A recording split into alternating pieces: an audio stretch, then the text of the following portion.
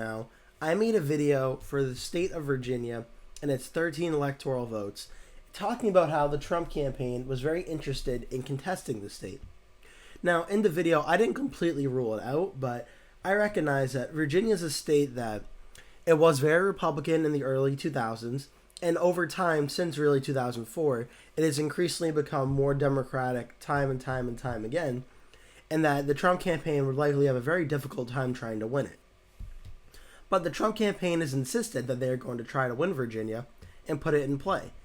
Well, now, giving some recent polling data and information from the Real Clear Politics polling average, it seems that this lean Democratic Virginia may be closer to toss-up than initially thought of.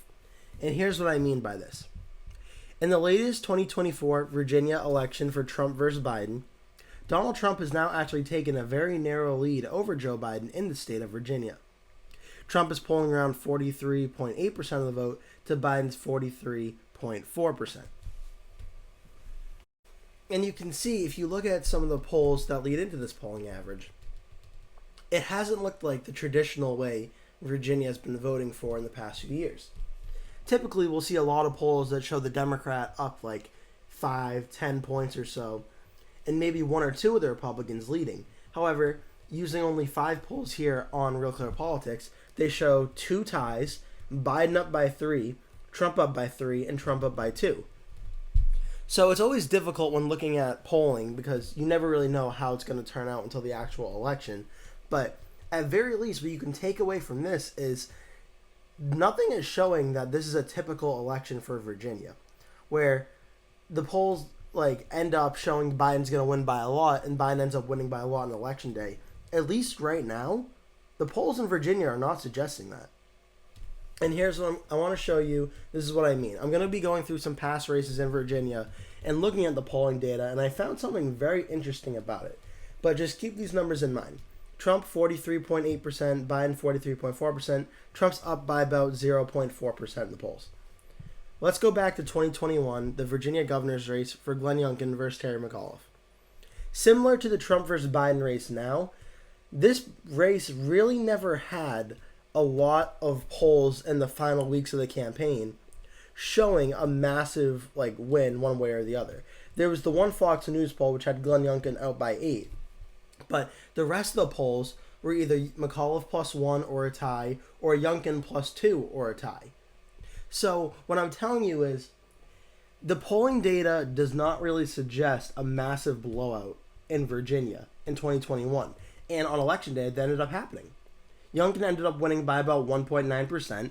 The final polling average was about 1.7%. So the polls in Virginia in 2021 were very accurate.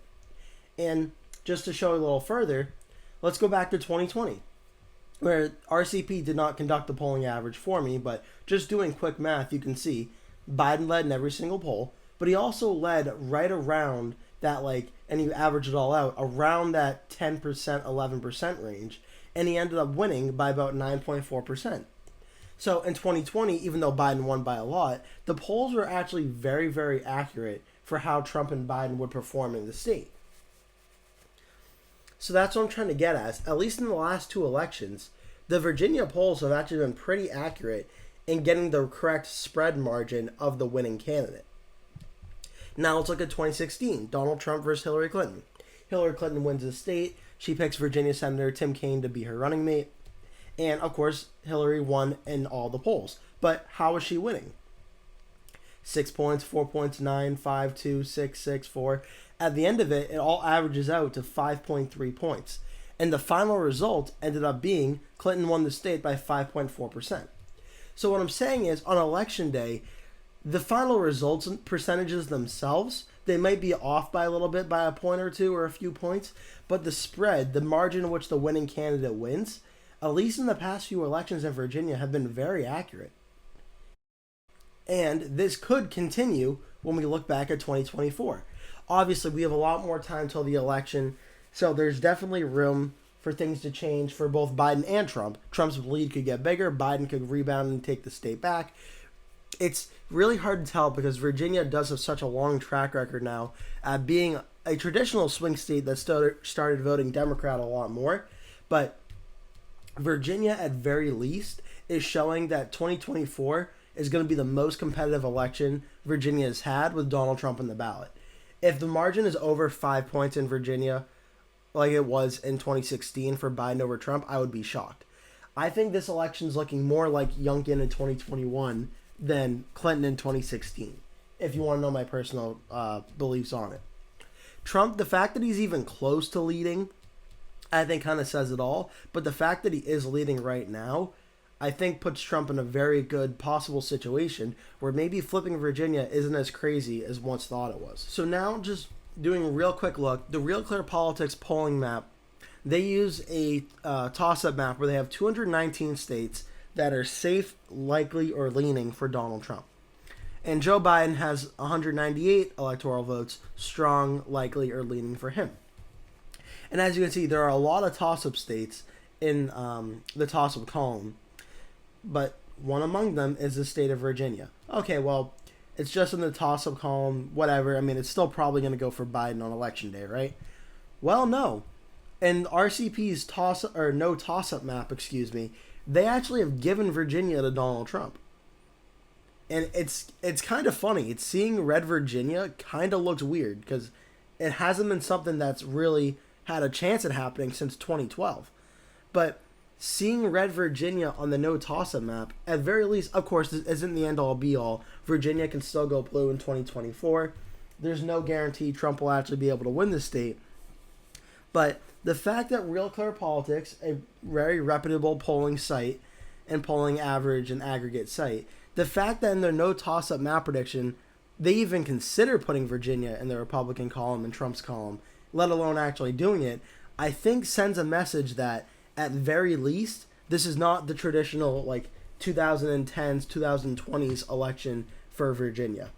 That this map of Glenn Youngkin in 2021 getting 50.6%, McAuliffe getting 48.7%, this seems to be a more realistic outcome than Biden winning the state by 10 points back in 2020.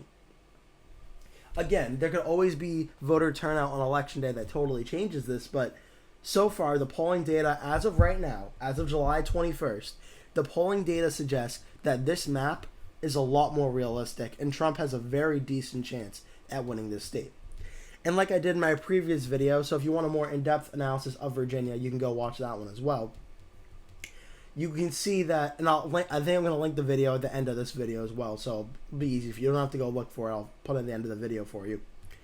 Youngkin did very well in the rest of rural Virginia, as every Republican needs to do, but Youngkin also did well winning Virginia Beach, he did well winning Chesapeake, and he lowered the Democratic margins in Loudoun, Fairfax, and Prince William.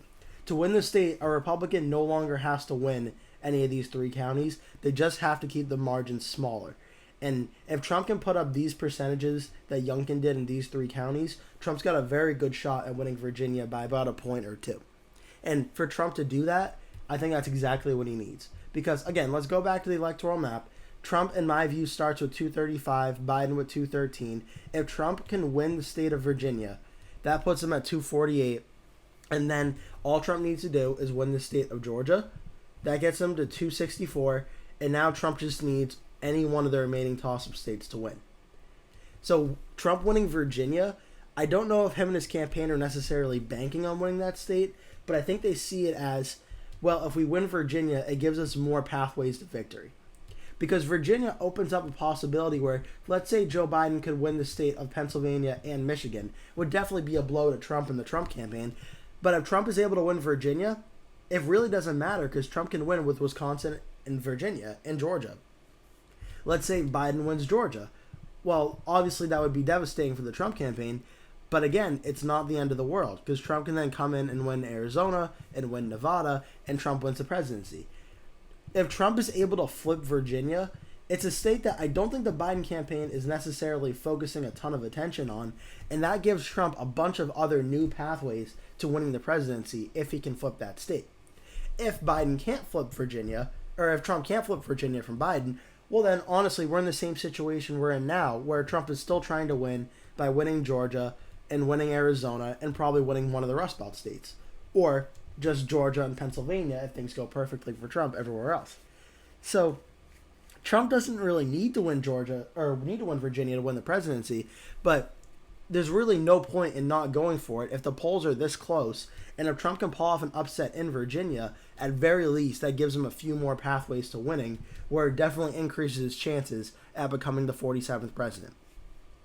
So the Trump campaign saying they were going to contest Virginia, at first I was a little bit skeptical, but now I think Virginia really needs to talk about the fact that the lean Democratic state may be becoming a toss-up state, and maybe one that we definitely need to keep an eye on moving towards November. So that'll do it for today's video. Thank you so much for watching. Please remember to like this video and subscribe to my channel so you never miss a video like this in the future. Thank you so much for watching, and hope to see you in a future video.